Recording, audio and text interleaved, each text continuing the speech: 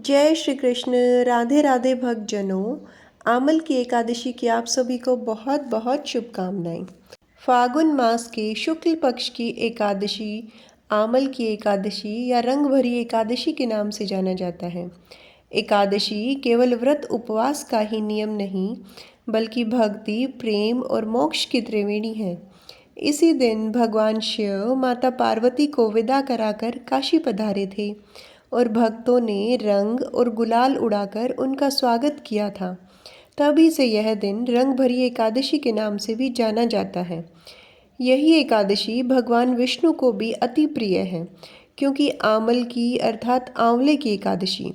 आंवला सत्व गुण का प्रतीक है और इसकी छाया में भगवान श्री हरि की आराधना करने से भक्त के सभी पाप कट जाते हैं और मोक्ष को प्राप्त होता है।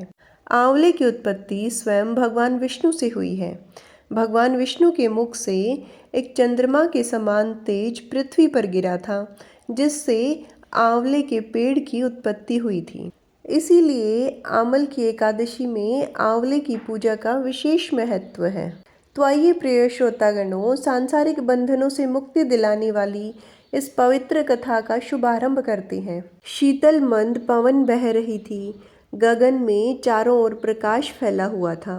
द्वारका नगरी में भगवान श्री कृष्ण अपने दिव्य रथ पर आरूढ़ होकर धर्मराज राजा युधिष्ठिर के महल की ओर प्रस्थान कर रहे थे।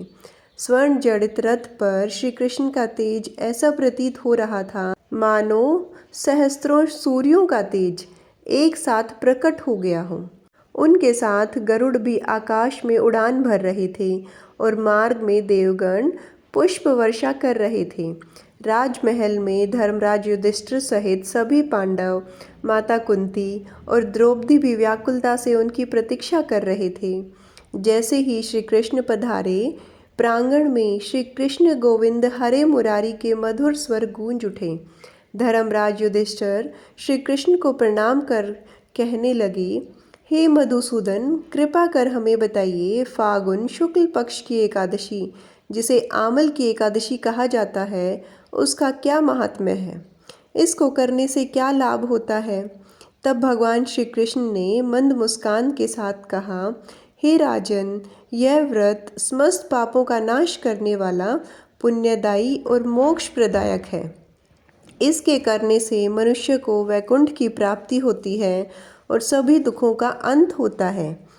इस व्रत का प्रभाव इतना महान है कि स्वयं भगवान विष्णु भी इसे श्रेष्ठ बताते हैं। तो आइए अब इस दिव्य कथा का श्रवण करें, जिससे हमें भगवान श्री हरि विष्णु की कृपा प्राप्त हो और जीवन में सुख, समृद्धि और शांति का वास हो। मानदाता बोले कि हे वशिष्ठ जी, यदि आप मुझ पर कृपा करें तो किसी ऐसे व्रत की कथा कहिए जिससे मेरा कल्याण हो।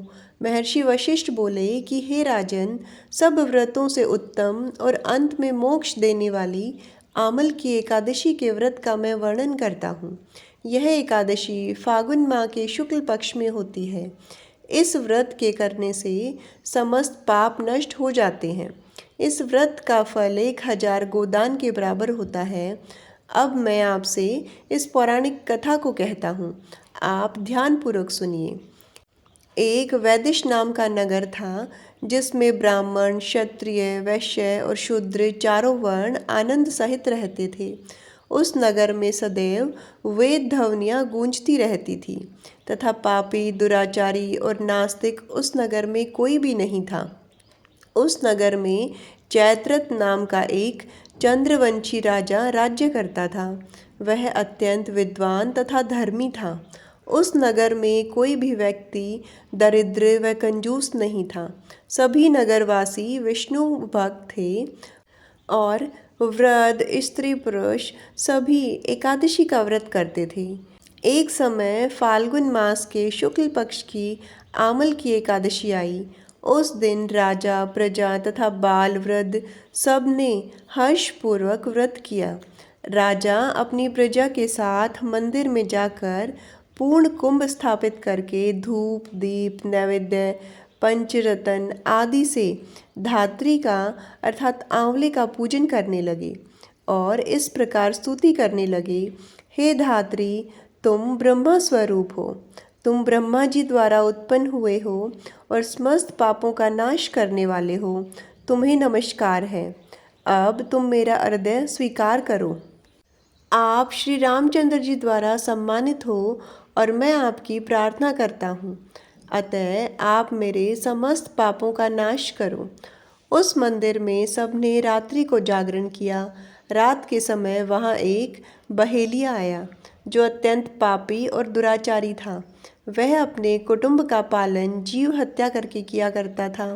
भूख और प्यास से अत्यंत व्याकुल वह बहेलिया इस जागरण को देखने के लिए मंदिर के कोने में बैठ गया और विष्णु भगवान तथा एकादशी महात्म्य की कथा सुनने लगा। इस प्रकार अन्य मनुष्यों की भांति उसने भी सारी रात जागकर बिता दी। प्रातःकाल होते ही सब लोग अपने घर चले गए तो बहेलिया भी अपने घर चला गया। घर जाकर उसने भोजन किया। कुछ समय बीतने के पश्चात उस बहेलिया की मृत्यु हो गई, मगर उस आमल की एकादशी के व्रत तथा जागरण से उसने राजा विदुर के घर में जन्म लिया और उसका नाम वसुरथ रखा गया। युवा होने पर वह चतुरंगिनी सेना के सहित तथा धन धान्य से युक्त होकर 10,000 ग्रामों का पालन करने लगा। वह तेज में सूर्य के समान, कांति में चंद्रमा के समान, वीरता में भगवान विष्णु के समान और क्षमा में पृथ्वी के समान था। वह अत्यंत धार्मिक, सत्यवादी, कर्मवीर और विष्णु भक्त था। वह प्रजा का समान भाव से पालन करता था तथा दान देना उनका नित्य का कर्तव्य था। एक दिन राजा शिकार खेलने के लिए गया।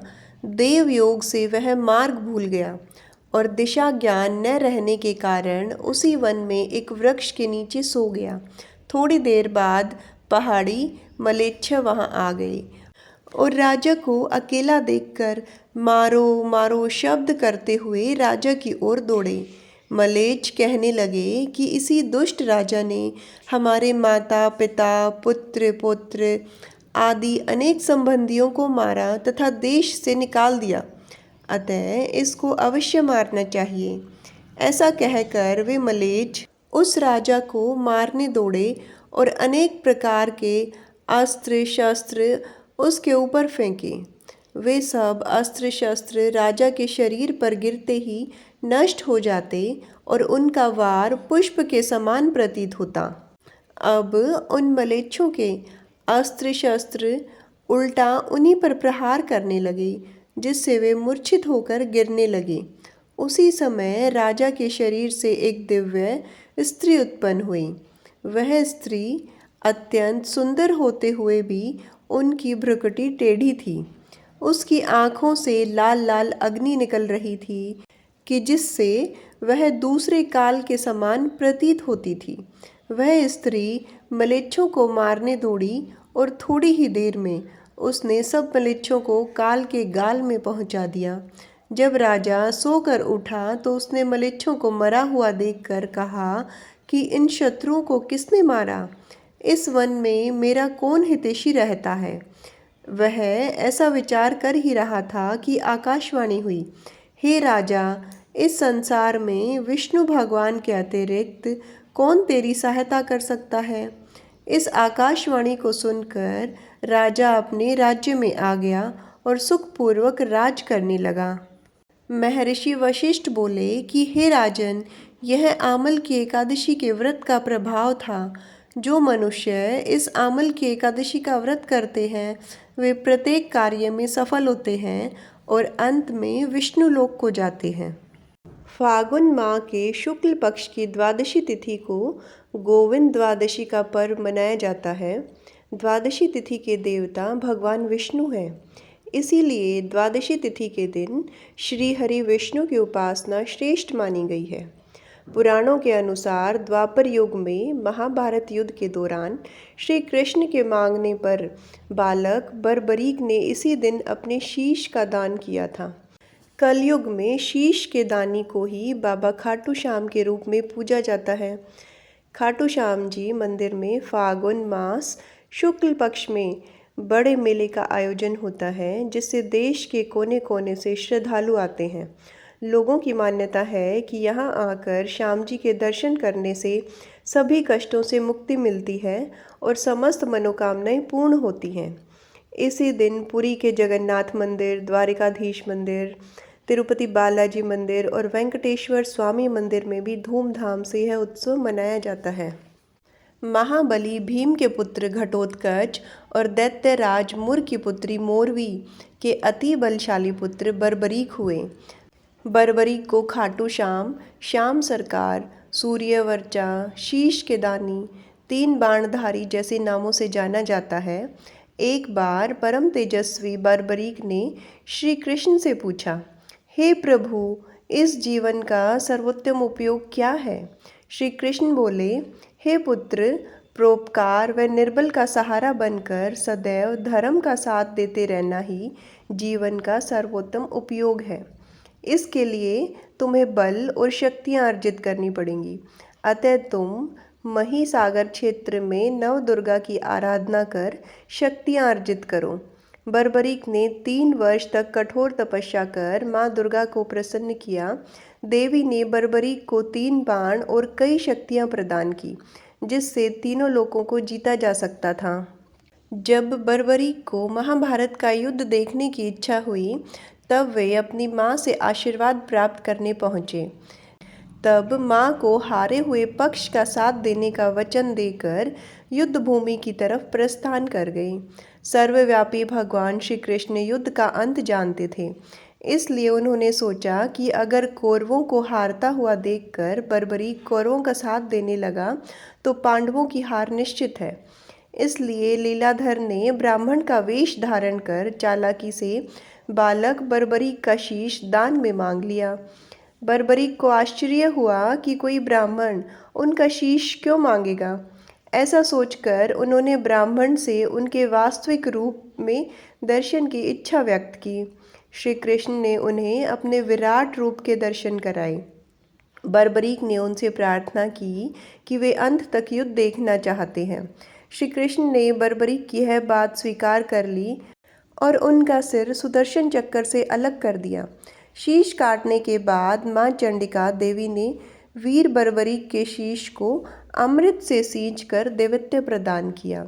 तब इस नवीन जागृत शीश से श्री कृष्ण बोले, हे वत्स, जब तक पृथ्वी, नक्षत्र और सूर्य चंद्रमा हैं, तब तक तुम सब लोगों के लिए पूजनीय हो जाओगे। इस तरह उनका शीश युद्ध भूमि के समीप ही एक पहाड़ी पर सुशोभित किया गया, जहां से बर्बरीक संपूर्ण युद्ध का जायजा ले सकते थे। श्री कृष्ण ने युद्ध की समाप्ति के बाद बर्बरीक के शीश को पुनः प्रणाम करते हुए कहा, हे वीर बर्बरीक, आप कलयुग में मेरे नाम से सर्वत्र पूजित होकर अपने भक्तों के अभीष्ट कार्यों को पूर्ण करोगे। ऐसा कहने पर समस्त नभमंडल उल्लासित हो उठा एवं श्याम बाबा के देव स्वरूप शीश पर पुष्प वर्षा होने लगी। फागुन मास के शुक्ल पक्ष की द्वादशी तिथि का भागवत कथा में एक अन्य प्रसंग आता है।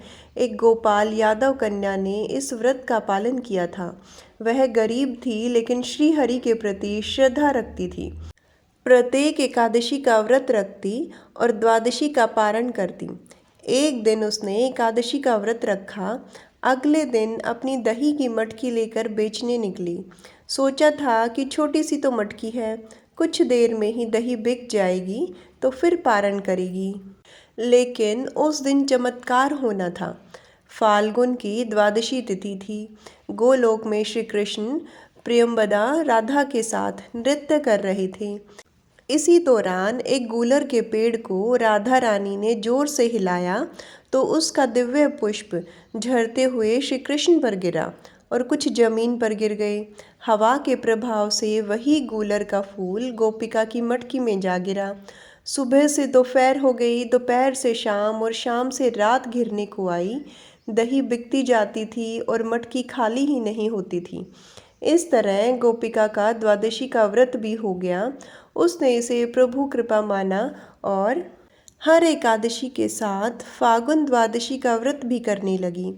इसके प्रभाव से वह श्री कृष्ण के ही वैकुंठ धाम चली गई। प्रिय श्रोतागणों, यह थी आज की कथाएं। उम्मीद है आपको पसंद आई होगी। धन्यवाद।